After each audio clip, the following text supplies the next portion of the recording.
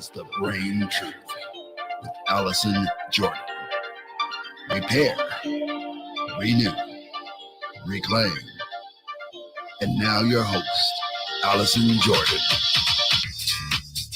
Hi, everybody. Oh my God. It's my first show. It's The Brain Truth, the very first show. I'm here, I got here and I thought it was going to be we were going to have champagne. I brought a bottle. I thought I was going to have all my people in here. It was just me by myself. But see, I'm going to remember that when my show go number one. And I'm going to be like, nah, don't be trying to come. Don't try to come when it's all huge and everything, y'all. Anyway, that's all. I got Earl here. That's all that matters. Welcome to The Brain Truth, everybody, on intellectualradio.com. This is our first show, and I am super excited. I'm nervous. I tried to quit a few times over the past few weeks, but I made it. And I just want to say hi. Did y'all like that intro? Okay, so the legendary Jesse Sanders. I don't know if you guys know him. He's a very well-known DJ. Love can't turn around, blah, blah. Anyway, Google him. He did that music for me. That was original music. That's his voice.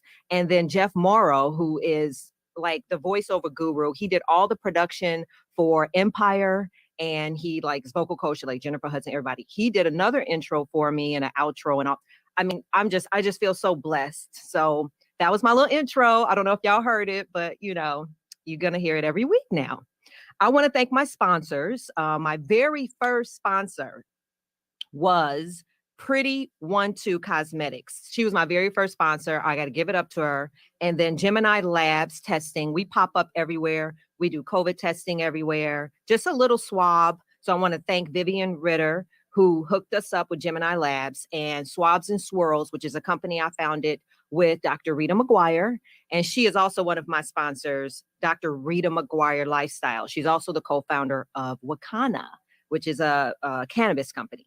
Anyway, if you want to find out how to be a sponsor, because I still need more sponsors and supporters and donations, because I got to pay for these lights. I got to pay for this beautiful mic, and he let me use his phone stand, and he got to go to work in the morning. He got a family. So just go to www.thebraintruth.com, www.braintruth.com, and go on there, find out more about the show, find out how you can support and how you can sponsor. And I'm going to be asking people to call in. So I want you guys to write down this number, 708-223-8953, 708-223-8953. So write that down, because I'm asking y'all to call in tonight, because I'm going to, let people just kind of chime in and let me know how I'm doing. You want to say something, you want to give me a prayer, anything you want, just come on in. So I do want to do a disclaimer, because tonight I am going to sort of talk about a journey and why I'm here. So if there's people that are sensitive to some of the things I'm going to talk about, my journey and trauma that I've had in my life, you may want to, leave or turn me off, because I'm going to just tell it like it is. Like my mama said, tell it like a TI is. Okay. So that's what I wanted to do. Put a little disclaimer there first. Okay. So I just want to come on the show today without any guests and just be here as a woman to try to normalize the stigma of mental health. This is my story. This is my truth. And this is my why. So I have to do this because I have to go first, So I'm just kind of raising my hand. And I'm saying I'm going to go first, okay? I want to set the tone because I want to let you guys know that it's okay. It's okay to talk about mental health. It's okay to talk about trauma. Sorry, that's my tissue. I brought it just in case. So here we go. So back in April of last year, I got a book deal. Woo! The name of my book is called Life Profoundly, and How I Became a Palm Tree. I was excited. I got signed by Lumen Publishing. Shout out to Marilyn. I hope you're watching. And so I just started writing my book. Like, okay, people want to know my life. As you know, I worked in the entertainment industry and did a lot of stuff and produced shows and And it was just going to be a really amazing book about my life. And so I started to write it. Do. And then all these memories and the stuff came up. I was molested at 10 by a family member. I later found out it was a cousin. He since have passed. I was molested at 12, and I was raped at 18 in college, my freshman year. A guy that I liked, I trusted. He put something in my red smoothie, or it wasn't a smoothie, it was one of those ices from like you get those little gulps or whatever. And he put that in my drink, and was what you would call a drug date rape. And I actually got pregnant from that and ended up having to have an abortion. So I started having these panic attacks. And on top of that, it was the pandemic. So I was locked in the house and I started having these panic attacks. I started having nightmares. I was calling 911. I thought I was having a heart attack. I was going to the emergency room like every day, every other day. And I just was drowning. I was falling. It was debilitating. I remember telling my husband, I didn't know what was wrong with me. I'm like, something's not right. Something's wrong with me. And oh, just go to sleep, relax, you'll be fine. But it was something wrong with me. Okay. Most people didn't even know. There are people that were coming by my house, dropping food off to me, and I was just crying. I was so grateful. I couldn't leave the room. I couldn't sleep. And so on June 27th, I went to St. James emergency room because I was literally tachycardia. My hands were like this. I couldn't even move them. My son, I remember he was bending my hands down like, mommy, mommy, mommy. He was trying to straighten my hands out. And I went to St. James Hospital and they looked in the computer and they saw that I had been there so many times that they ended up signing a petition to transfer me to River Edge Hospital, which is a psychiatric hospital. But before I go into that, I want to kind of stop there for a minute because I want to tell you about my journey in the hospital. But before that, I was really doing everything that I could. I didn't know what was going on with me.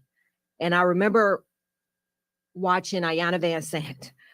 She had some morning shows during COVID and it was this prayer thing and the journey. And I was watching it and I was watching it. And I was just reaching for things to try to self-help. And then she had talked about a woman by the name of Dr. Ivy Hilton. And I went to visit her. She had the sound spa and she's got this beautiful voice and it was healing. And I was still struggling, but I became friends with Dr. Ivy Hilton. I started calling her and she would speak life into me and pray with me. I was calling my mother. She was praying with me and I was still struggling.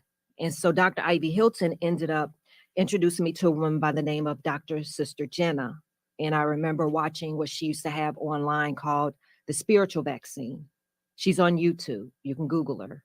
She runs the Meditation Museum and she's one of the top thought leaders. She's a lot of celebrities, private. I don't want to tell everything because she's humble. But I started watching her and I felt a little bit like I got it, right? And so I wrote her a letter and I have a little bit of the letter. And this was on May 11th, 2020. And I said, Sister Jenna, I'm now desiring a path of mental clarity and spiritual balance. I want to be healthy. I want to be free from fear. And I just want to embody love and peace every day in an authentic way. I believe that I can be transformed into the person I am supposed to be. I am just vulnerable and I'm finally honest with myself that I need guidance and I need help now. So the panic attacks kept getting worse, but I felt like that planted that in the universe and I left it there. And so I ended up going into the psychiatric hospital on June 27th, River Edge Hospital. And it was during the pandemic. I was in an ambulance riding by myself. I got there, they take your phone. You couldn't call anybody. I was scared. I was alone. They put you in this room. And then that's your journey. And I remember one day the psychiatrist was like, oh, so you're going to talk today? And I said, I've never met you before. What are you talking about? I'm going to talk today. He goes, I've been talking to you every day for 9 days. And I was like, no way. I've never met you. He's like, 9 days. And at that point, I knew there was something major about mental health. Here I am. Everybody knows me. I'm strong. I produce shows. I do this. I do that. I can sit here and run down my resume. You can Google me. And yet 9 days of my life is missing somewhere. And that's when I went in that room and I got on my knees and I started to pray. And I started to ask God to cover me. And I had made a commitment to him that if you got me out of here, I would dedicate my life to mental illness, mental health, mental education. At the time, I didn't know what God had in store for me. And I woke up one night and I remember seeing my 10-year-old and my 12-year-old and my 18-year-old, my 22-year-old self. They were standing right there. And I'm like crying and screaming. And they are like crying, like, save us, help me. I literally was seeing this. And there's a woman by the name of Dorothy, a nurse there, been there for 30 something years. And when you have sometimes these manic things in a psychiatric hospital, they inject you with a combination of Benadryl and Ativan to sort of calm you down, especially if you're kind of like out of control. And they were going to, because I was just like freaking out, like, oh my God, oh, I'm seeing these things. And she said, hold on, stop. And she ended up letting everybody leave the room. And she said, there's a difference, and I've seen it before, of clinical depression and spiritual depression. And what I think you're experiencing is spiritual depression.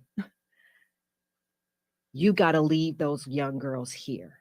You got to do the work to move in your future, and you've got to start praying. So I called my husband and said, bring me my Bible. So I started praying every day. I saw my grandmother came to me. This is real stuff. Like, and she told me to find her Bible. You need to find my Bible. Momo, my dad's mother, and my mother's mother, Mamone and Momo. And she said, I wrote on every page of the Bible. And I'm like, I didn't know you could write on every page of the Bible. I know now. And she had paper stuck in there, and there was a scripture that she had in the middle of it. And she wanted me to get it. And at the time, nobody knew where the Bible was. And I was calling everybody who was looking for this Bible, which brought everybody together because they had to find this Bible. She kept telling me, find the Bible. And I'll read that scripture to you. I've never told anybody what the scripture was, but I'm going to read it later. But that's when I started my journey of, this is bigger than myself, right? And so NAMI, the National Alliance on Mental Illness, one of the prerequisites to work for them or volunteer for them is that you either have to have a mental illness or know someone or be a caretaker. And they come into the psychiatric hospitals and they sort of talk to you and they process things with you. And so I was just kind of obsessed with these people from NAMI. They were coming and I was like, oh my God, I'm going to work for you guys. I'm going to do stuff with you. And I don't know, I just need to talk to these people and tell me your journey. And started waking up because I had lost 40 pounds. My hair was matted. I looked a mess, actually, but it's okay. I was being reborn. So I started waking up and showing up to all the groups, participating in the groups, talking, drawing, painting, doing everything I was supposed to do. And on July 15th, I was discharged. I'm diagnosed with PTSD, social anxiety, panic disorder, and depression. They prescribed me antidepressants which I took.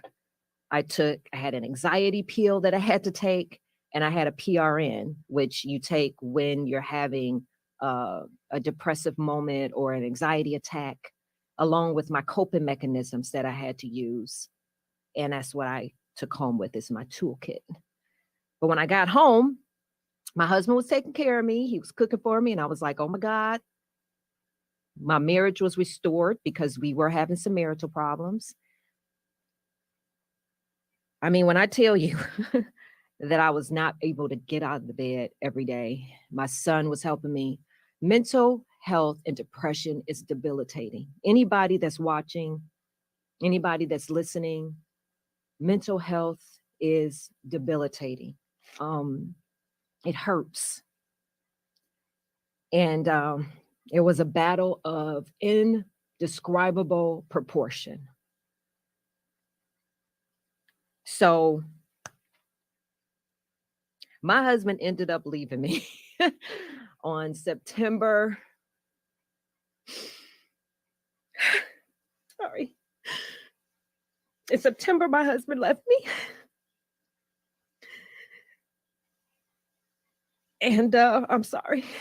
He left me, and I had to start to clump not only the past drama, and I had to clump that pain along with it. So that's when I had to cling on to God.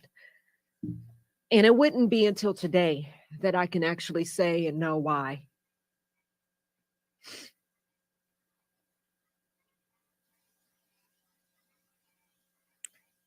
Depression and mental health is real.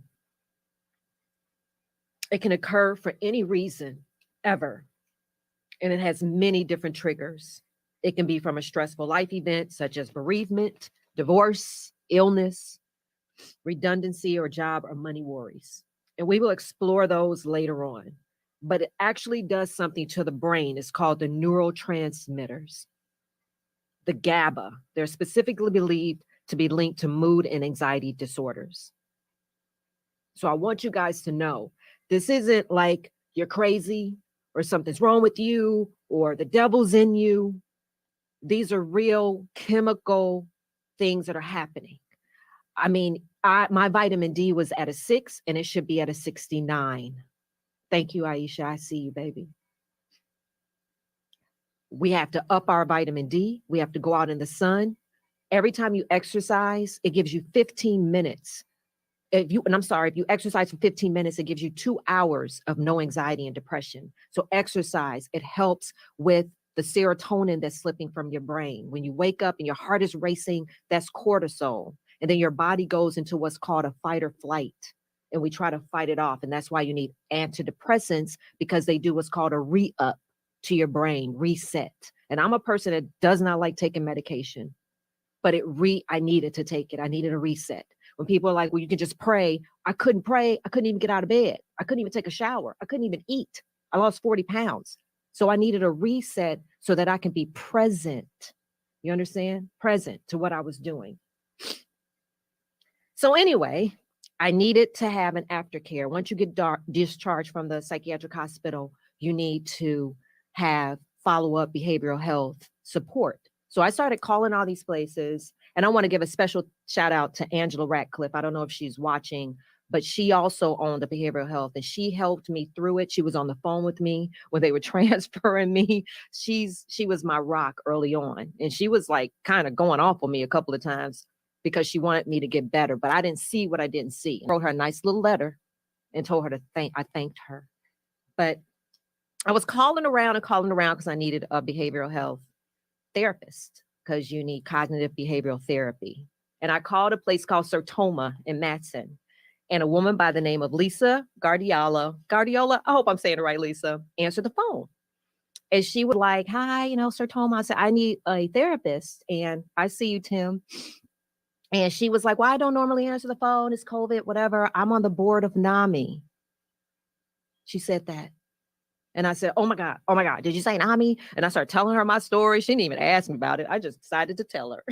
And I told her my story. And I'm like, oh my God, I was in the hospital and I met the people from NAMI. She goes, well, we have a board member seat coming up. And if you want to apply for it now, then I was in no condition to be on a board of any sort, but I filled out the application and I put my name in on the ballot to be nominated to be on the board. And it went away. I didn't hear from anybody. So I ended up meeting Miss Laura, who was my first therapist. Her name is Laura Costello. She's amazing. Which camera am I supposed to look at? This one? She's amazing. Can I curse? Huh? That one right there? Oh, okay. I'm going to have to put a couple of dollars in there. So this therapist that I had, The first day I was with her, she said, that bitch anxiety, she don't like you. And depression, that hoe that be with her, fuck them. We gonna fight together and we gonna check them and you gonna get out of here. We gonna see you on the other side. And when she said that, I was like, okay, so this is a therapist for life. You know, she was like, we going after them hoes, like for real. Like it was war, right? Because anxiety lies to you. Anxiety tells you that no one loves you. Nobody likes you. You're nothing. You're nobody. Depression makes you feel worthless. Trust and believe me, that is your brain. That is lies that your brain is telling you. That is not true. And so those are the things that you have to start tricking your mind and you have to start working towards that. So I found a couple of months I'm in therapy and I'm doing a heck of a job. And then I went to my inbox. Now, remember I told you guys about Sister Jenna. When I wrote her that letter, like back before I went into the hospital. Well, she wrote me back and I found it. And she wrote, Dear Alika, that's my spiritual name. The soul is moving through this last patch of darkness. Can I ask you to hold tight? The dark night of the soul where the past is no longer you and you're not sure of the future. So stay present and be. Deep breathing, exercise, journal, speak to good folks, watch comedy, dance, sing, pray. For 21 days, watch the magic. I love you and I know you will be well. Stories, that's all they are, stories. So I started going to Bible class. I started reading my Bible, started meditating. I started praying. I started walking. I started exercising. I started doing diet. Dr. Joanne, who is my naturopath, my mom started praying with me, praying over me, standing for me, my family. And here's that scripture, Psalm 31, 9, 14 through 15, that scripture that I told you about. There were two. Be merciful to me, Lord, for I am distressed. My eyes grow weak with sorrow, my soul and body with grief. But I trust in you, Lord. I say you are my God. And Jeremiah 17, 14, heal me, Lord, and I will be healed. Save me, and I will be saved. For you are the one I praise. Those are the Bible scriptures that my grandmother had. And those are the things that I have on my wall. And those are the things that sustain me. So in 7 months, I titrated off of my antidepressants. I haven't been on any PRN. I haven't been on anything. And what titration means, those are the orders generally defined as when medication is progressively either increased or decreased. Mine was decreased under the supervision of a psychiatrist. So I was able to actually get off of it. So this is my journey. This is what works for me. I'm not saying if you're still on medication, get off of it, titrate. I mean, it's just what God had put before me was my toolbox. And I don't know what your toolbox, but this show is about offering different resources, offering different ideas. I'm going to have people from my past, my journey, healers, spiritual healers, pastors, doctors, clinicians, nurse practitioners, and other consumers is what we call ourselves, who are people suffering and living with, I shouldn't say suffering, living with mental health. And so today, so about a few weeks after I filled out my application, or a few months, Lisa called me. It was like 9 o'clock at night. And she said, Allison, guess what? She said, you've been nominated to be on the board of NAMI. And when I tell you I screamed like I won the lottery. You would have thought I had won $10 million. Because see, I planted that, remember? I planted that. And so not only am I a board member for NAMI, I brought my little stuff. I am QP certified in suicide prevention. I am a youth mental health first aider. And this was given by the National Council for Behavioral Health. And I am a NAMI Connections support group facilitator, not only for NAMI, Chicago and NAMI, Illinois, but also for NAMI South Suburbs, which I sit on the board for, who's also one of my partners and one of my sponsors. And I want you guys to go to my website, thebraintruth.com, because you can click on the resource page and there you can connect to NAMI, Illinois, NAMI, Chicago, and find out the stuff that we're doing. And I just want to give you guys some statistics because since COVID, since the pandemic, I'm going to read this, more than 42% of people surveyed by the U.S. Census reported 42% symptoms of anxiety and depression, an increase from 11% from the previous year. Okay. Last year, wait a minute, I'm gonna keep reading. Hold on. According to Kaiser Family Foundation, that's called KFF, increases in alcohol consumption, 15% since the pandemic, and the worsening of chronic health conditions are 13%. So people who are suffering from like heart conditions, that's why people were getting strokes and heart attacks. They weren't dealing with the depression and stress, right? That was because of the pandemic. And then, of course, all of us experienced George Floyd, didn't we? I mean, that was PTSD for the whole entire country. And the National Law Review said that divorce increased by 46% in the U.S., with newer couples being the most likely to file divorce. So people who had just got married during the pandemic, they all pretty much over half of them got divorced or filed for divorce. Last year, over 30,000 people called the Illinois Domestic Violence Hotline for help. There was almost 20% of the 150 calls a day and text messages, 35% were for shelters. 500 of them were for safety measures. So that means they put people in Ubers and they got them to a safe place. And then remember Michelle Obama, she said that she's dealing with some form of low-grade depression due to the coronavirus lockdown, racial strife in the U.S., and the Trump administration. So what I want to do with my show is I want to talk about it. I want to be authentic with it. And I want to remove the stigma. I want to show that a strong Black woman or a strong person, I want to change that narrative.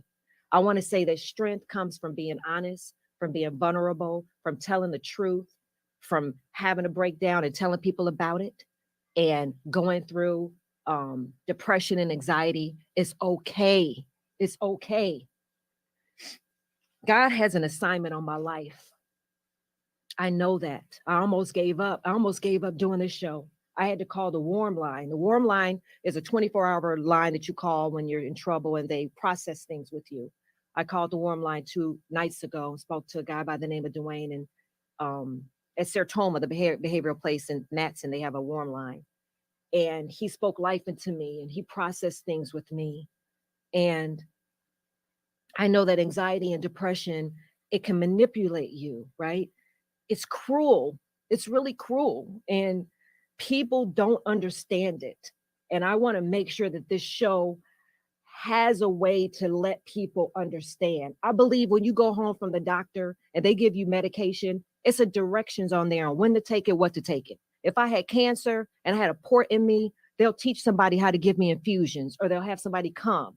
But there's nothing that is given to people discharged from an institution for family members and friends to know what to say and what not to say. Triggers, suicide ideation is up because if you're depressed, there's stuff you just shouldn't tell a person that's mentally depressed. You don't tell them you got the devil in you. You should just get up or get over it or with all those things. But people don't know what they don't know. So people are going to say stuff unknowingly.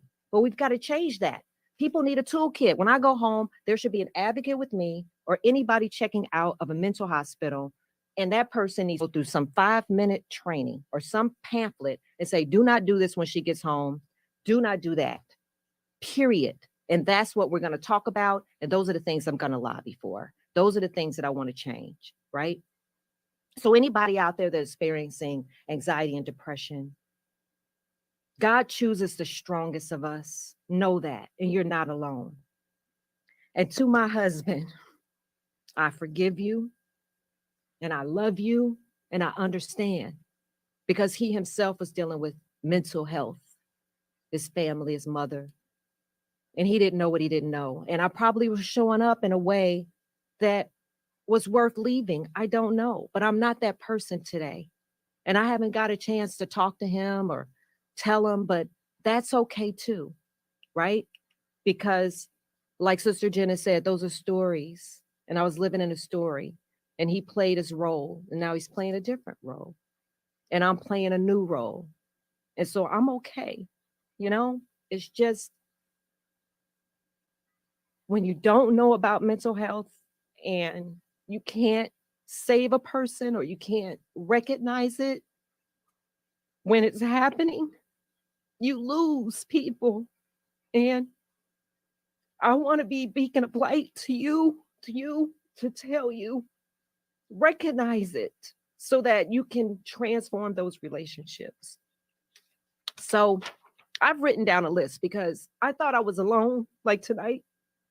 But when I started writing names on this paper, and I'm sorry, it's so many names of people that have been standing for me. So it's not in any order, but Sarita Talbert, Tony Williams, Felicia Moore, Deontay and his husband, Darion, Tatiana, Jalen, my sister, Krista, who I think is one of the strongest people, and my niece, Zion, of course, Sister Jenna, Dr. Ivy Hilton, Drew, Pastor Carol Brown, my therapist, Emily and Laura, Angela Radcliffe, my mom, Pastor Reverend Jeanette Jordan, Rita McGuire, Uncle Fred, my heart, Derek Durr, Cocola Reynolds, who's gonna be my producer. I think she's watching. Aunt Deborah, Lisa Guardiola, Tiffany Fowler, Dr. Joanne, Alana Anthony, the Johnson family, Nicole Zyriel, Nikki, Kim, Larry Cherry, Jeff Morrow, Tony Dixon, Aisha Lee, Jesse Saunders, Kim Spies, Allison Jordan. There's another Allison, she's my sister, and Sam, Dr. Beneda Cole and her daughter Bella, Ava Page, Q Johnson, Terrence Nichols, Aisha Charleston, Rael's dad, my ex-husband's dad, Bill Crawford, James Johnson, Rachelle Stewart, who I'm going to have on the show, is going to tell her story, just profound. Carmelita Hubbard, Kumo D, which most people don't know is one of my best friends, Rhonda, Charlonda, Simone, Michael Cox, Senior and Junior, who is my family, who's going through their own stuff and still checking in on me. Christine Wilkins, who's going through her own stuff and still checking in on me. My cousin Kim Whitted, Karen Morris, who does hair while she's helping me, doing people's hair on the phone, trying to work through my anxiety. Claudia Simmons, Yoli Cox, who checks in on me. Sheree and Erica Hill, Rachel Nance, Prudence Story, Don Zio, Brian Kimbrough, Eric Clark, who sends me scripture, Gwen Baxter, Pastor Carol Clemens, Giselle Morris, and my godson, Africa Porter, Tammy Stone, Philander Ratcliffe, and my son, Jordan Hodges, who was my rock, and my best friend, Corliss King, and my best friend, Stacy, and my neighbor, Audrey, who has to hear me crying in the middle of the night. Sorry. And my sister, Kim Monglee. Those are the people that's been just with me. I'm Charlie forgot. I probably know a whole bunch more. Sean Knight. It's a bunch. It's a bunch of people. But there's no cure for mental illness. But there's lots of effective treatments. So I just want you guys to know that. As long as you live right, use your coping, you'll be okay. So I don't know if anybody wants to call in. I think I got a good 10 minutes or 5 minutes or something like that. And if you guys want to call in, the number is 708-223-8953. I would love for you guys to call in. Anybody out there watching, tell me what you think, what you want to add to the show. Do you want to come on the show? Do you want to make a donation? Or you want to say something to me? Call right now, 708-223-8953. So when I close, and I'll take some calls, I wrote this down and I keep this on my wall because I want to remind people of this. But I just want to get to the show part, how this happened. So I came here and I sat in for Roman Morrow for 1 week, and then I sat in another week. And then after the second time, Earl Winfrey, who's sitting over here, he's like, "Get that girl show." And then I go in the room with Wanda, and she's like, "Okay, girl, what you gonna have your show about?" I'm like, "I don't know." He just told me this 5 minutes ago. And I was like, okay. So I told her my story, just like I told you guys. And she's like, oh my God, I'm getting chills. There was a hospital that wanted to do a show on mental health. They were calling the station. She was like, it was a tall white guy. He was good looking. I don't remember his name. And I said, well, okay. And we just didn't get around to it. We didn't know. And I said, what was the hospital? Y'all, she said, River Edge Hospital. All I can do is look to the hills for where they came. And I said, God, you're my executive producer. That's the hospital I was in for 19 days. That's the hospital I got on my knees and I prayed. That's the hospital that I said that I was going to dedicate my life to mental health. And that's why I'm here right now. So what do I do? Push this? Hi, this is Allison from the Brain Troop. I got my first caller. Hi. Who's this? I love you. Who's this? I don't recognize. Tammy. Hi, Tammy Stone. Tammy Stone. Thank you for I said, I have to calling. call my girl. I got to Oh. call my girl. I love you, Tammy. Tammy Stone. So if you guys don't know, I'm also a boxing promoter. And she is my matchmaker. That's the woman that she's more than a matchmaker. She's my new friend. She's my mentor. She's a former professional boxer. Blah blah blah. She's Google her. But I love you, Tammy, and you've been there with me. And I appreciate have. You almost made me cry tonight. I just watching you. I'm so proud of you. Thank you.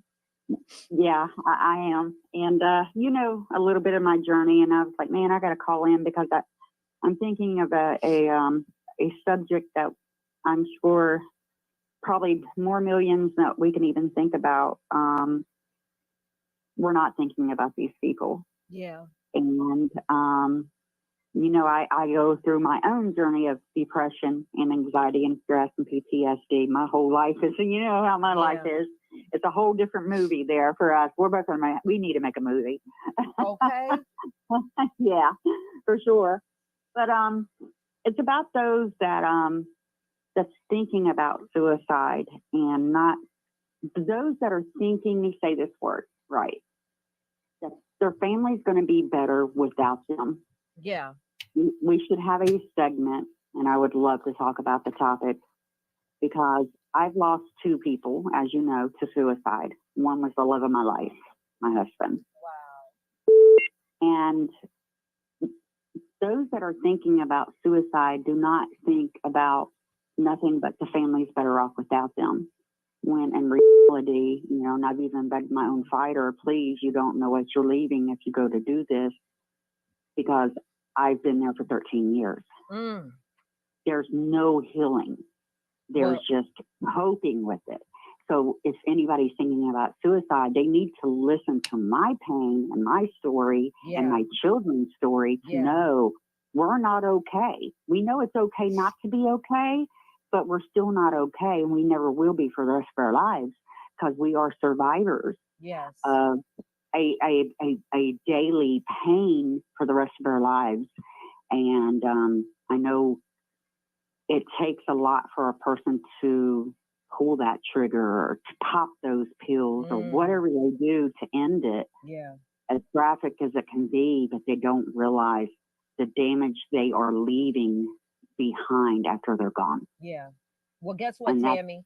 You don't do the whole talk show. I'm gonna bring you on the dang on show.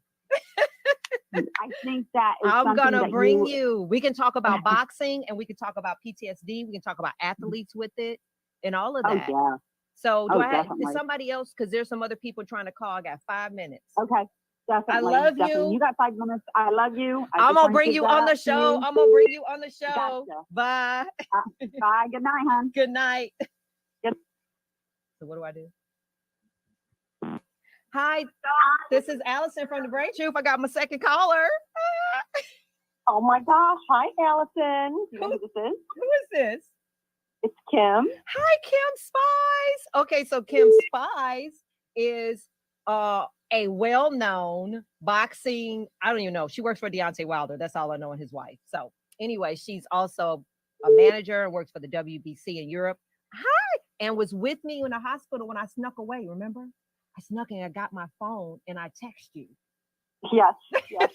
I text you and my friend Allison Jordan. I just want to say, first of all, I'm so proud of you and congratulations. And, you know, COVID has not been kind to a lot of people. You know, it exemplified people's mental struggle. And it was, you know, lockdown was extraordinarily difficult on me because my isolation from the world it's still continuing because of my situation as a caregiver. Yeah. And which is really my first and foremost job. And you spent a lot of time, even through your struggles, checking on me. So I can't. It's gonna make me cry because there are very few people who were concerned about my mental health. And you honestly were probably the only people that were. I love you. I'm gonna have you on the show too, but I got a whole bunch of calls. So I love you. I gotta get as many calls as I can get. I love you so much. I love you too. Okay. And thank you for doing this, and congratulations. This is you're doing such a service to everyone, and it's so wonderful. And I appreciate everything that you've done. Thank you. Thanks, Kim. I love you. Bye bye.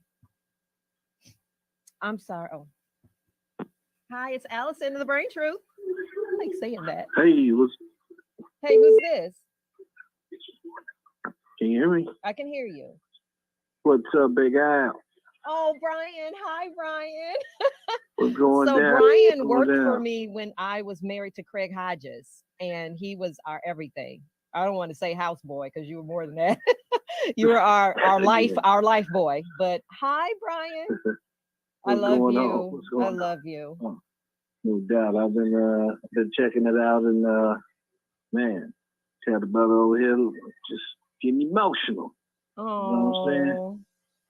Well, you know, with me with the VA, man, the PTSD is real. Yeah. Real deal. Well, I'm gonna have you on the show too. I already got all my guests, everybody. Oh yeah. Okay, I got to wrap up my show. I don't know, they're not giving no overtime, but I love you. Thank you for calling me. All right, okay, bye-bye. I think, is that it, or is more people calling? Oh my goodness. Hi, it's Allison. Talk fast. Well, hey, Allison, how are you, superstar? Who is this? Vera Giles Norris. I am sitting here just listening to you, and I'm thinking, you better rock it, girl. Oh, thank you.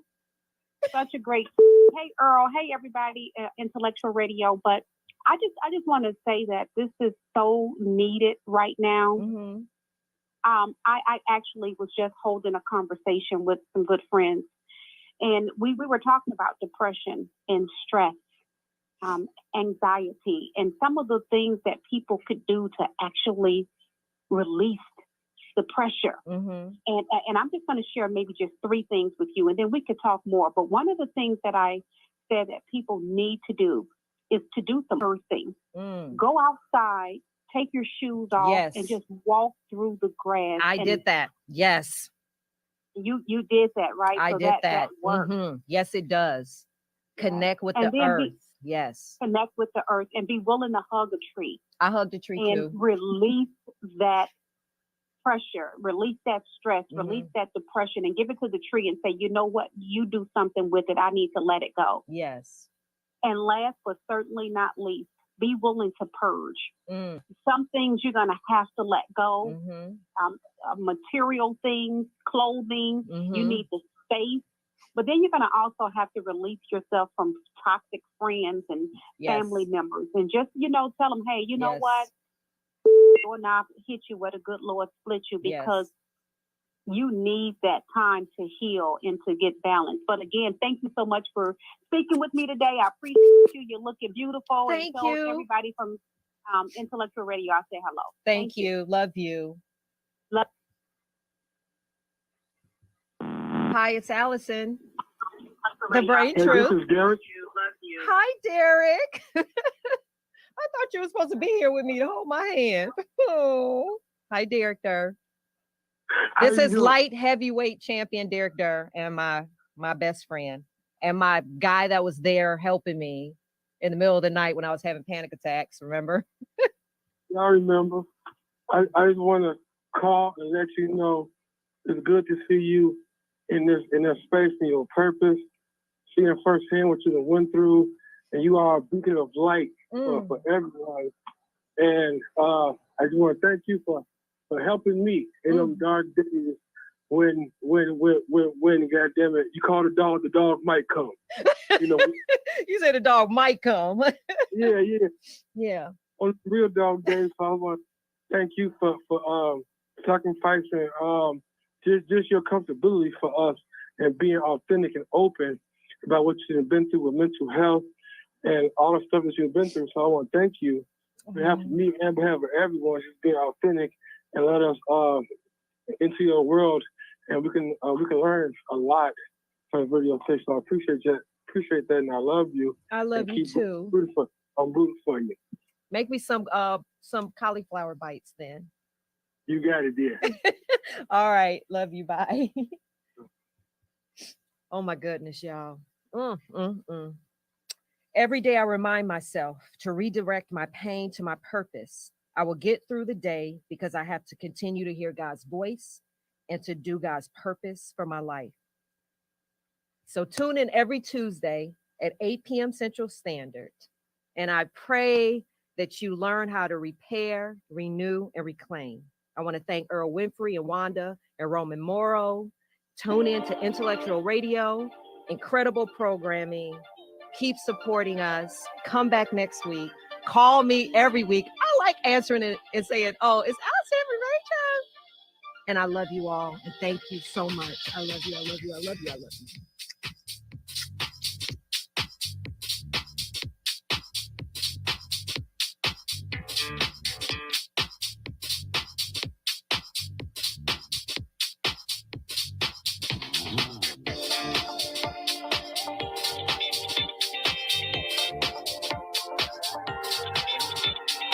Hi, Allison. This is